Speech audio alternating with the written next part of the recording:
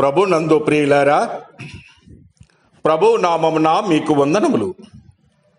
ఈరోజు దేవుని యొక్క వాక్య ధ్యానము కీర్తనల గ్రంథము 23వ కీర్తన 1-2 వచనాలు. యెహోవా నా కాపరి, నాకు లేమి కలగదు. పచ్చిక గల చోట్లను ఆయన నన్ను పరుండజేయుచున్నాడు.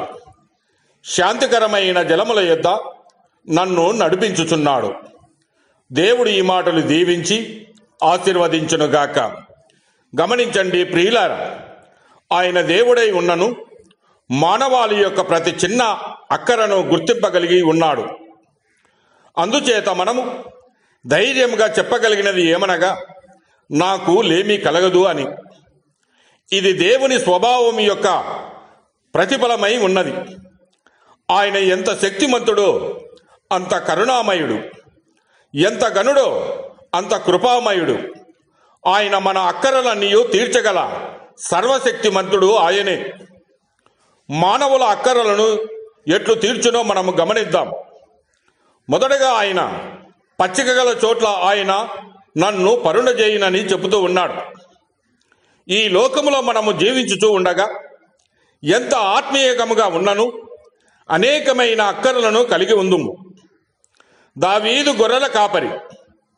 బయళ్ళు పచ్చిగా ఉన్నవి, ఎండిపోయినటువంటి సమయములు అయిన అప్పుడప్పుడు వచ్చును. అయితే దావీదు యొక్క కాపరి యెహోవా కాబట్టి ఆయన బయళ్ళు ఎప్పుడునూ పచ్చగా ఉండను. అలాగునే ఆయన శాంతికరమైనటువంటి జలముల యొద్దకు నడిపిస్తాడు. గొర్రెలకు నీటిని గురించి ఆలోచించుట గొర్రెల కాపరి యొక్క పని అయి ఉన్నది. ప్రవాహములు అయితే బహు ఒడిగా ప్రవర్తించుట చేత కొన్ని గొర్రెలు జారి ప్రవాహంలో కొట్టుకొని పోవును. అందుచేత గొర్రెల కాపరి దాని విషయమే ఆలోచించవలసి ఉన్నది.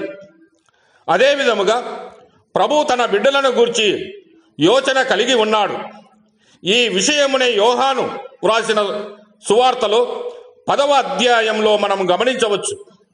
నా గొర్రెలు నా స్వరమును వినును, నేను వాటిని ఎరుగుదును, అవి నన్ను వెంబడించును.